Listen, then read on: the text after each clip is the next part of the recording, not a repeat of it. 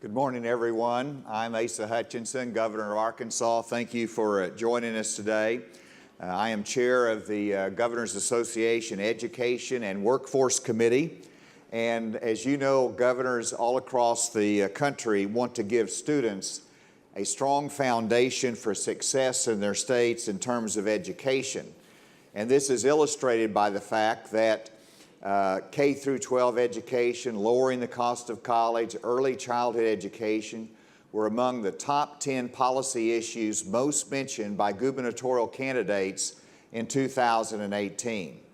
And so far in their states, State of the State speeches, governors have mentioned education nearly 340 times, schools nearly 480 times, and teachers 138 times. These examples confirm what the governors already know, that education is essential to ensuring our states succeed. In my state of Arkansas, yes, we have concentrated on education. First, being the first state to mandate computer science, coding to be taught in every high school in the state. Putting $5 million every 2 years into retraining teachers, giving teachers a $5,000 stipend if they become certified in computer science education. And as a result of this initiative, we've seen our students that are taking computer science go from 1,000 to 4,000 to 6,000 last year, and another 30% growth to 8,000, over 8,000 students this year. Very significantly, when we started this initiative, we had 223 girls taking coding. But now we have over 2,400 girls taking coding in the state of Arkansas. We have our reading initiative, which emphasizes the science of reading, reading at grade level in the 3rd grade, the culture of reading in our community, individualized plans for students to succeed in reading. This is a critical part of our education effort. And then finally, one of the key agenda items that I had in this legislative session and that our General Assembly has already passed is that we raised minimum teacher salaries in Arkansas by $4,000 over the next 4 years. These are initiatives that give us the foundation that we need in education in our state. I'm delighted to be joined by Governor Jay Inslee of Washington State, who is Vice Chair of our Workforce and Education Committee. I'll ask Governor Inslee for his comments and for the introduction of our distinguished guest.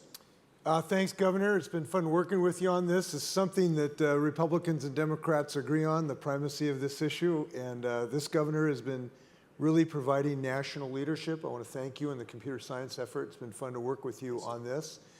And I know that in the next few minutes, all of us will be expressing the great work we've done in our states, and we're proud of all the work we've done in our states. And of course, Washington State is #1 in many categories. We're also the most humble state in the United States, so I will have to downplay our achievements. But I do want to mention some comments of things we've been working on that I know are similar to a lot of people of trying to advance this cause. First off, this issue of access to computer science is pivotal, and we've made some progress in that regard. We've put in several $1 million to make sure we have grant programs. We've increased the number of students that are taking AP computer classes by 600% in the last few years. So we know the market is there. Parents and kids are intensely interested in this, and of course the land of Microsoft and understands the primacy, and we're really moving the needle on this. We've put $8 billion more into our schools in general, because when you do that, you do empower schools to do great things. We've joined a lot of you of making huge strides in early child education, because we know that's the single best investment you make with a taxpayer dollar. And we've got about 8,000 more kids in our program, and hopefully I'm going to have another 2,000 plus in this legislative session. And on the other end, the post-secondary, we're doing some pretty exciting things in financial aid. We have, I think, probably the most beneficial financial aid package. And we got 93,000 we intend to add. We've added another 20,000 to financial aid since I've been governor. We add another 20, I hope we'll add another 20,000 in the next several months. I want to mention something we're doing that I am very proud of, and that is really helping to lead what we call career-connected learning, which is we want 100,000 more students in their teenage years to be involved in paid internships and apprenticeships so that we can create whole new avenues of career connectedness. And I think we ought to have an ambition like Switzerland, where 70% of their students in teenage years are in an apprenticeship, to really understand an avenue of success. And I encourage you to go there and see what they're doing. And I hope we're going to succeed with another 100,000. But we got the real experts here, not the governors of educators today. And I'm pleased to say that we've got the folks who've done so much. John King, who was the 10th Secretary of Education under Barack Obama, and now is leading the Education Trust. And I respect him. He's done a lot of work, but the best work he's done, he was an actual teacher, which did some good work, and a principal, I believe, as well. And we're looking forward to his comments. And Rod Paige, who was Secretary of Education under President George W. Bush. And he is known as talking about the best-in-class kind of theory, and that was well known in Congress when you were doing your work, and we appreciated that. He's also served as Dean of College of Education at Texas Southern University. And so I think we got a dream team here to talk about these issues, and I'm looking forward to this. So let's see. You going to go first, John? Sure. Yeah. Thanks so much. Well, thank you, Governor Hutchinson, Governor Inslee, for the opportunity to join all of you. It is good to be here in this conversation about education. And obviously, Rod and I are believers that this issue of quality education should be at the top of every governor's agenda, so we're honored to be a part of the conversation. Let me start with some good news. We have the highest graduation rate from high school we've ever had as a country. Over the last few years, we've sent more and more African American and Latino students in particular on to college. Our higher education system remains the envy of the world. So those are all good things, and we should celebrate that progress. At the same time, I think one of the things that should focus our attention this afternoon is that we have a lot of work to do, and we have some real challenges, particularly when you look at our standing compared to our international competitors.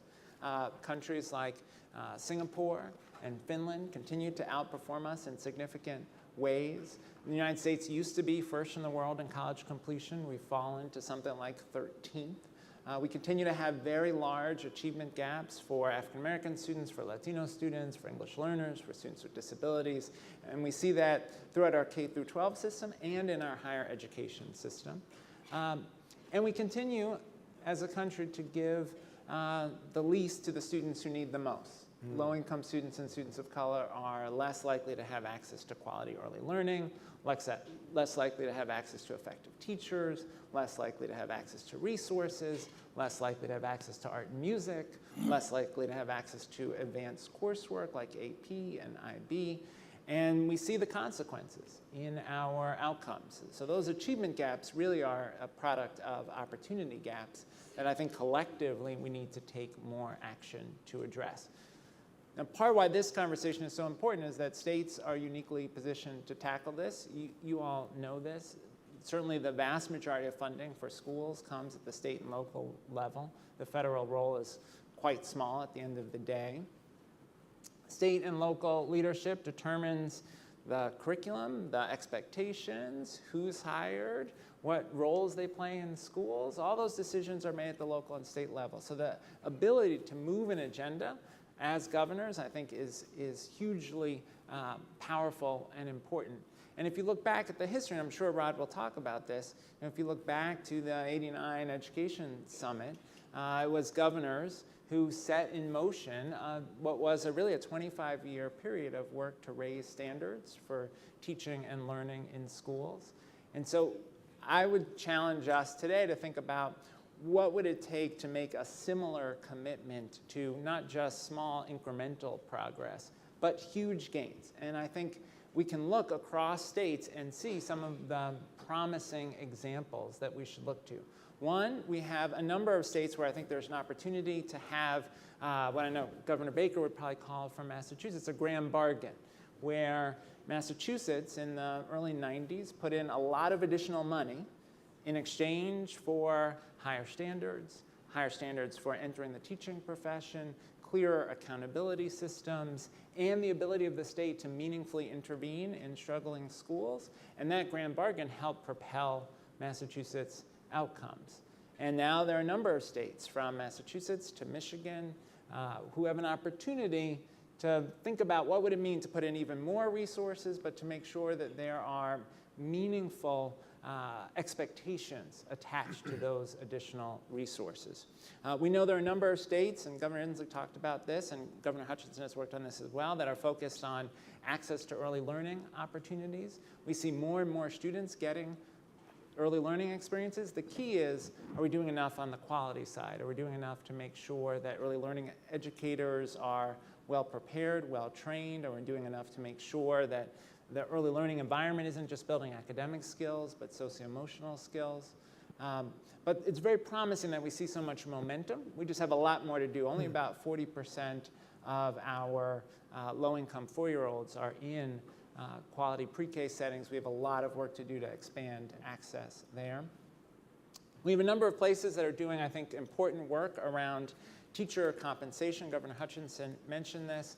As we think about teacher compensation, I think it's important there to remember that one of our biggest challenges is the United States, compared to our international peers, pays our teachers less when it comes to college graduates. The countries that most significantly outperform us, places like Singapore, teachers are making somewhere between 90 and 100% of what the typical college graduate would make. The United States is probably more around 60% of what other college graduates are making when folks go into teaching. So we have a lot of work to do to make sure that we recruit and retain strong teachers.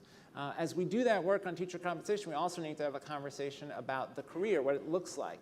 How do we make sure that teachers have opportunities for leadership? How do we make sure that we attract the strongest teachers to our highest need schools? I know Governor Hutchinson and Governor Inslee in both Arkansas and Washington, there's additional funding for teachers who have national board certification who are willing to teach in high-need schools. We've got to do more to make sure that those kids who are most vulnerable get access to the best teachers. I always tell folks, that's the only reason I'm sitting here today. I grew up in Brooklyn and New York City. Both my parents passed away when I was a kid. My mom when I was 8, my dad when I was 12. Literally the only reason I'm alive today is I had a series of fantastic New York City public school teachers who changed the trajectory of my life, who made school a place that was safe and supportive when home was not. And so this work on attracting and retaining the best teachers, I think, is central to improving the quality of education. The last example I'll give from K-12 that I think is promising is work to make sure that we strengthen the bridge between high school and college.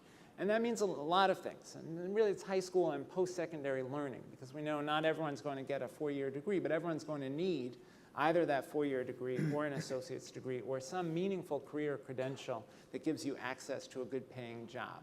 There's a lot of exciting work happening around the country, from Florida that's doing great work around increasing the representation of low-income students and students of color in AP classes, to the work in Texas on dual enrollment, so that students can start to take college classes while in high school, to a number of states represented here who have P-TECH programs, which is a partnership between K-12, higher ed, and employers, where students graduate with a high school diploma, an associate's degree, first in line for a job at a competitive 21st century employer.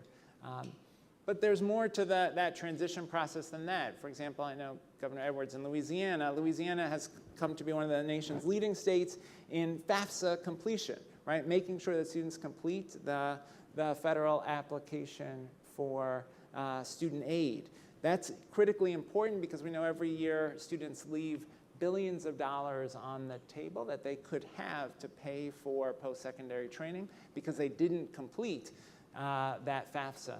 So the work that Louisiana is doing, I think, is an example for other states around the country. Finally, on higher ed, and hopefully we'll get to talk a little bit more about that, we have a real opportunity as Congress begins to consider reauthorization of the Higher Education Act to think about what does it mean to strengthen access to higher education, what does it mean to address the affordability challenge that so many students face, and how do we close our attainment gaps? Many states here have ambitious attainment goals, but those attainment goals won't be met if we don't make huge progress for low-income students, African-American students, and Latino students. We have to be intentional about supporting those students through to completion. And we have institutions that are doing impressive work, from Georgia State that has closed the college attainment gap by race and income through intrusive advising and just-in-time financial support, to the community college program at City University of New York called ASAP, where they've doubled completion rates for students in community college. So we know there are paths to improving college completion, but that's got to be our focus as we think about reauthorization of the Higher Ed Act. So grateful to be here, and turn it over to Rod. Well, thank you. Governor Hutchinson, Governor Inslee, thank you for allowing me to join you in this very important event. I'd like to use my time before you to do two things. First of all, I want to thank you for your leadership in the nation's well-being. Thank you for your leadership in education. I view the governors as the key leaders in our national education effort. And secondly, I want to use this few minutes to encourage you to, even though you've done great work in education, to redouble that effort, to move further. Let me offer some evidence of why I feel that way. I'm going to use a comment from former Secretary Duncan, and I'll read it. He said, while looking at the 2012 PISA exam results for the United States of America, he made this comment: the big picture of U.S. performance in the 2012 PISA is straightforward and stark. It's a picture of educational stagnation. I've just met with an education foundation. Going through their website, I noticed a presentation entitled Moving Through Inertia in Education. I want to focus on those two words: stagnation, inertia. Two interesting terms when referring to education. They're similar in meaning, but they both portray a terrible idea of American education: apathy, motionless, indolence. All terms that we don't want to have in a discussion about how we're doing in education. Admittedly, they don't say that we're going backwards. They say we're not going forward. Instead of, it depicts a situation of being stalled, stuck in place, standing still, not making proper progress. All this while other nations are advancing, moving forward educationally. A recent report by Harvard Education Policy and Governance Program found that Chile and Brazil are making gains in academics 3 times the rate of American students. Hong Kong, Poland, Germany, and other countries are moving twice that rate. In the short 70 years of the existence of the People's Republic of China, we noticed they've made significant progress in education. So much so, in that short period of time, that the education system is gaining respect. According to a 2018 report entitled Growing Smarter, Learning, Equity, Developing in the Middle East and East Asia, we find that there are located there 7 of the top 100 most effective school systems. Now here's my question. Can we as a great nation afford to allow global advancement in education to leave us behind? Can we not see the education advancement gap widening between us and certain parts of the world? Were we not warned by the publication in 1983 that our nation was at risk if we didn't improve our education policies and operations? Have we paid too little attention to the recommendations of the United States Commission on National Security for the 21st century, sometimes referred to as the Rugman Task Force on Homeland Security. I have great respect for this report, for it regards education as a national security issue. Allow me to use two quotes from that report to explain why I have that point of view. Here's the first quote. Second only to a weapon of mass destruction detonating in an American city, we can think of nothing more dangerous than a failure to manage properly science, technology, and education for the common good over the next quarter century. This was published in 2000, so we're getting to the close end of that quarter of a century. And the second quote I'd like to use is, we have made recapitalizing America's strength in science and education the second aspect of this report, despite the fact that science, management, and education issues are rarely considered paramount national security issues.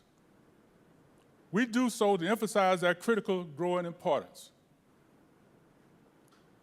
Now I'll close by thanking the governors for their leadership in education. In the United States of America, different from many other countries that we are competitive with, our leadership comes from the individual states because our Constitution is silent on K-12 education. And the 10th Amendment makes it real clear that the states are in charge here. So that means that our nation's governors operate in a very key and important role in education. And I'm very proud of the work that our governors are doing.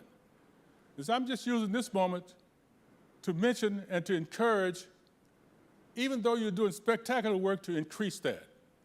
Because I think education is a national security issue, and we are being left behind in many cases in the world's education race. That's really my thoughts. Thank you for permitting me to say it. Thank you. Thanks, Ron. Thank you. Thank you. Appreciate that. Thank you, Dr. Paige and Mr. King. Excellent presentations, informative and inspiring. And now we want to open up the conversation to our governors. And let me first turn to our Vice Chair and Governor Inslee. Do you have a question?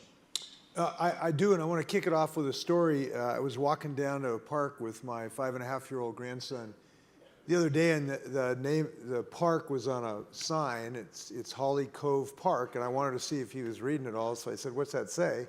What's this say here?" And he kind of goes, Cove. That says Cove, Bobo. That's my official name when I'm not governor. And I said, "How'd you figure that out? How'd you know that O was the O and not a of?" And he goes, "Well, Bobo, that's a bossy E at the end of that word." And I go, "What do you mean a bossy E? What are you talking about?" And he goes, "Well, when that E's at the end, it bosses the vowel, this other letter about what sound to make." And I said, "Where'd you learn that?" I said, "Well, Miss Weinbach taught me that. That's a bossy E." And I thought that was brilliant. And I tell that story because we need brilliant teachers in the classroom. Mm-hmm. And I want to ask about this issue of teacher compensation. The fact that the most important people in our society, or some of the most important, are earning 20 to 30% less than people with the same educational attainment. And I'm losing people to Amazon and Microsoft. I want those Ms. Weinbachs in the classroom. And I think we need to do things. Cost money, but that's a heck of a good investment. So I've put $1.86 billion into teacher compensation this year. We've increased teacher compensation by double digits. We make sure new teachers get over $3,500 in their starting pay. I'm putting another $1 billion in a health care package. And I think it's a great investment. And I'm happy to articulate why that is with taxpayers. But I just wondered, is this as big a concern as I think it is? And how do we judge that? And when you talk to the public, how do you talk about teacher compensation issues? Sure. Well, I think this is a very important issue. It has a lot to do with people who choose to serve us as wonderful teachers. Also, teachers are concerned about safety and issues like that. We need to pay a little more attention to the conditions that our teachers work under. compensation is an important issue that we need to get right. It's not the only issue we need to get right to attract good people. One of the things that we absolutely must do in order to elevate the performance of our students is to protect our great teachers and to acquire more great teachers, to encourage great people to come into the teaching profession and experience the wonderful experience that you have in being a teacher. There's nothing else like that. I've spent many years as a teacher, and it's an indelible experience that you never really get over. But many people now are concerned that, first, the compensation issues are impeding their progress, and also the safety kind of issues that we need to pay more attention to. Two things I'd add. One is it's important that states take time to disaggregate the data on where the teacher shortages are and where there are particular challenges in attracting the teachers we need. In many states, there's an undersupply of teachers who are trained to work with English learners, for example, teachers trained to work with students with disabilities. And so we want to make sure that we target interventions to build that supply. So that may be making it more affordable for those folks to pursue their degrees. Governor Hutchinson was talking earlier about using an incentive system to get folks to get certified as teachers of coding. So I think we've got to be strategic. Some places it's secondary math and science where there's a real gap. So we've got to make sure that we target those dollars. So that's one, is really pay attention to where's the need. High needs rural, high needs urban often have particular challenges. How do we make sure we attract the teachers we need there? The second piece is we've got to pay attention to teacher diversity. Today, a majority of the kids in the nation's public schools are kids of color, but only 18% of our teachers are teachers of color. At the Education Trust, we've looked at this nationally. It's both a recruitment problem and a retention problem. Teachers of color are more likely to leave the profession. So we've got to make sure that we are targeted. We've got to provide incentives for folks. We've got to provide good working conditions, communities of support for teachers of color.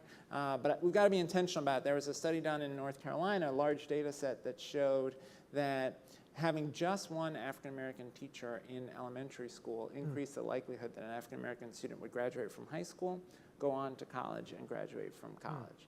So this issue of teacher diversity, I think, is critical. Thanks. Governor.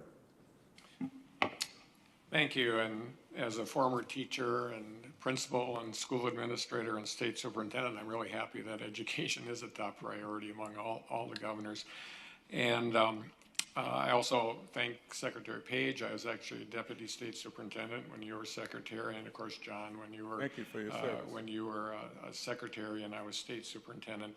And I have to say thank you especially to John in his work at Ed Trust. Sometimes it sounds confrontational, but by God, he's keeping our feet to the fire, and I think that's really important.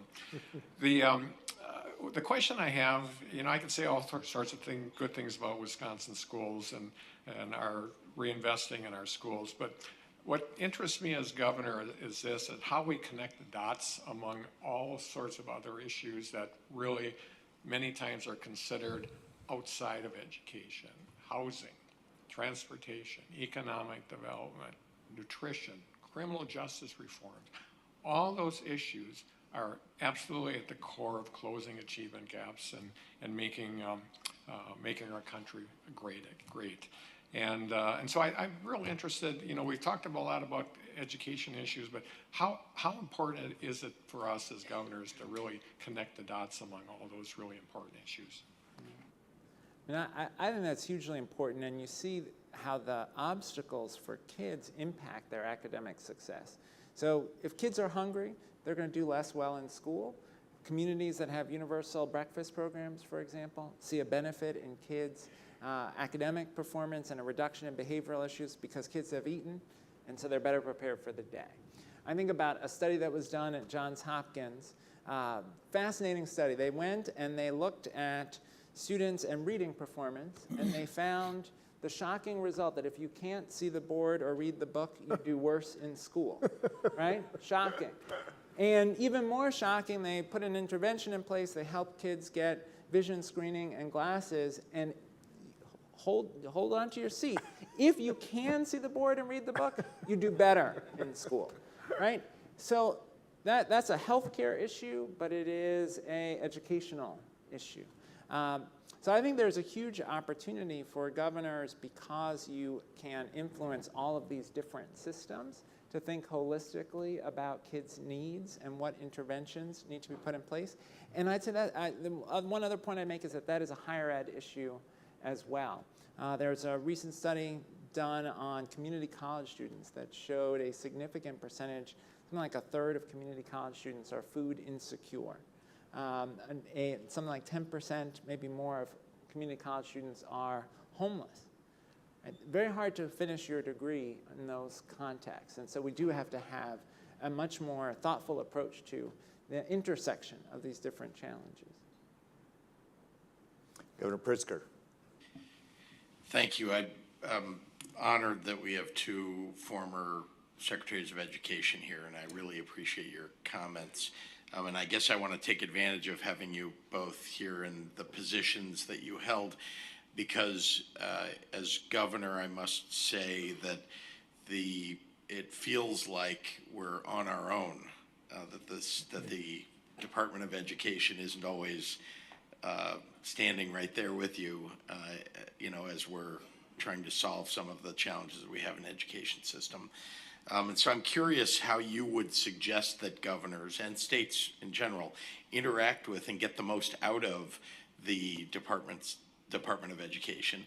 In particular, I think about programs that I know are available, thinking at the early end, McV as an example, which doesn't come out of specifically out of the Department of Education, but McV, and then and then at the other end you talked about FAFSA, and I'm curious, what should we be doing to promote? I mean, I heard you say Louisiana has made enormous progress in FAFSA applications.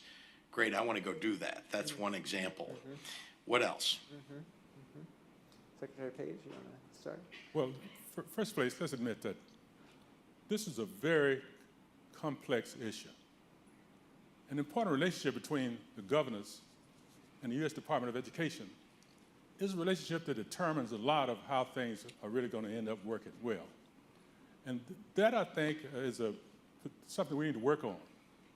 I noticed during my time as U.S. Secretary of Education, that relationship was one that concerned me throughout that period of time, because first place there are 50 governors.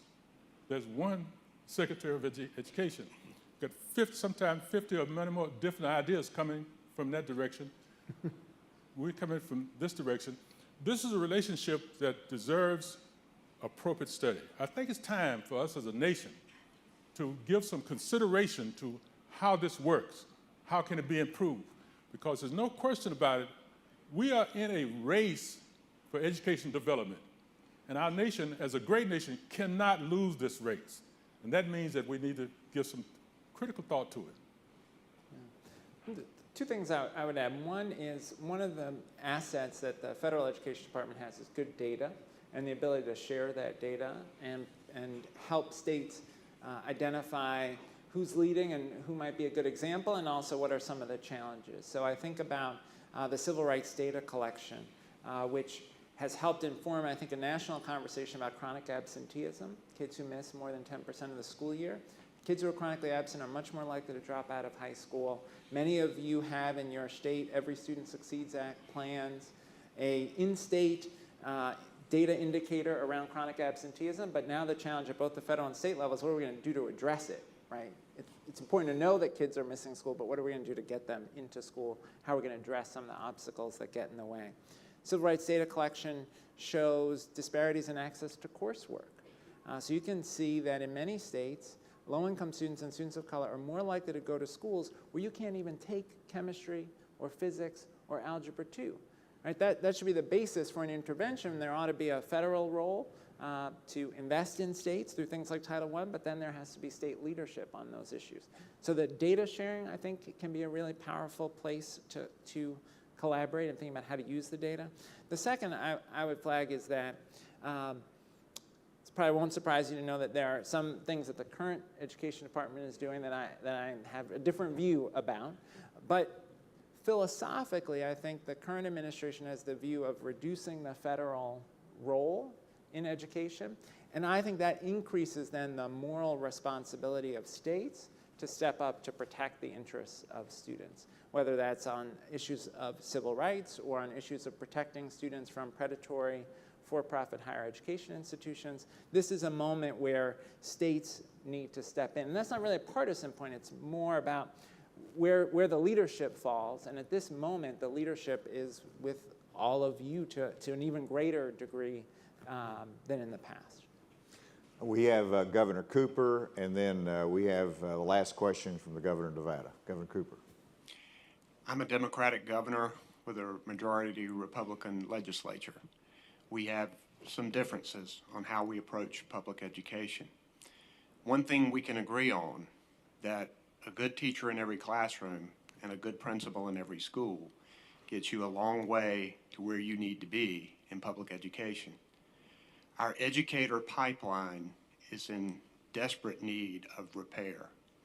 Not only are we looking for more good teachers, we're looking for more teachers, period.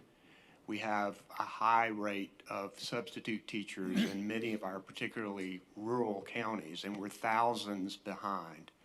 Pay is a key issue, and we've talked about that, and it is number one on my agenda.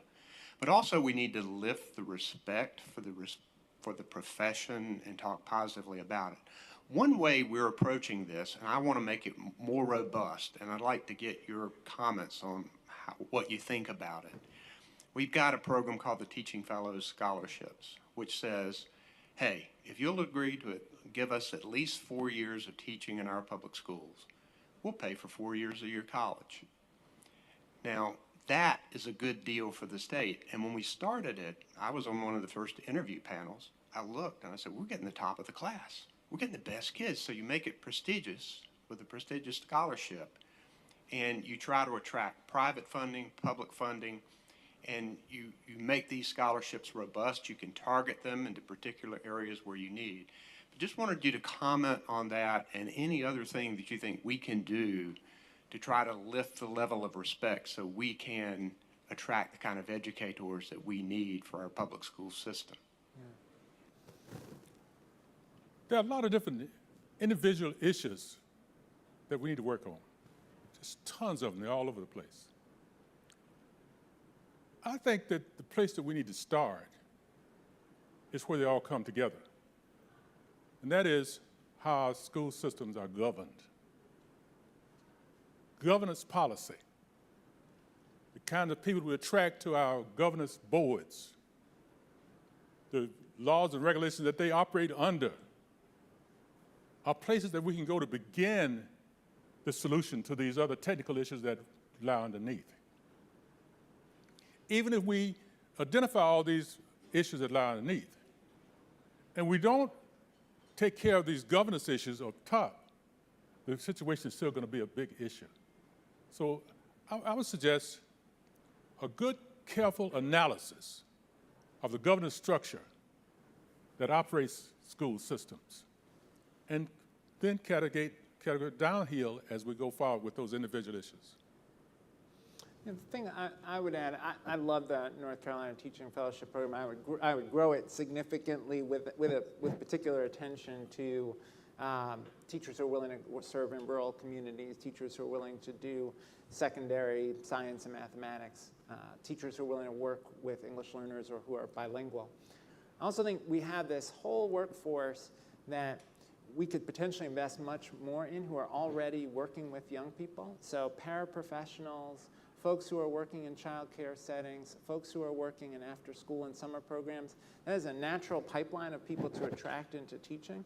Often those folks are more likely to be folks of color. They are more likely to be themselves potential first-generation college graduates.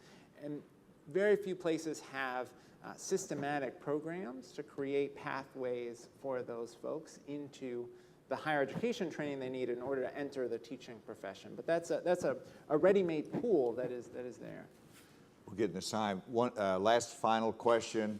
And it'll be brief. I appreciate your input, but in Nevada, I was corrected very quickly. Teachers and educators teachers are educators, but it's more than just teachers. It's the counselors, it's the mental health professionals, it's the classroom assistants, it's the principals, and sometimes they get forgotten in this entire mix. So we need to give teachers a raise and more respect, and I'm agreeing with everything you said, but that I think flows over the entire educator field, because we miss a lot of folks that way. And they're oftentimes even less appreciated than our teachers are, which is hard to imagine, but I think they need to be given kind of a shout out and know that we recognize the important contribution that they make. Hugely important, you know, and in many places around the country, we have counselors who have a ratio of 500 to 1, 600 to 1. How can you do your job in that context? So your point is well taken. Also, we have a former school counselor of the year who is involved in organizing in her state to get teacher pay increased. But then school counselors weren't in the bill, and so she actually didn't get that increase. And it struck me that you're absolutely right, that folks often forget all those other professionals who are working in schools every day supporting kids. Thank you, and what a great conversation. We wish we could continue that, but we have the hook. I want to thank everyone, and let's give our panelists a round of applause. Thank you.